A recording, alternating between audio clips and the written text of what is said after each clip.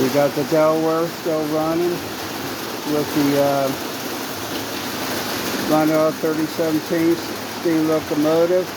And now we have the double diesel engines, New York Central and the chassis system.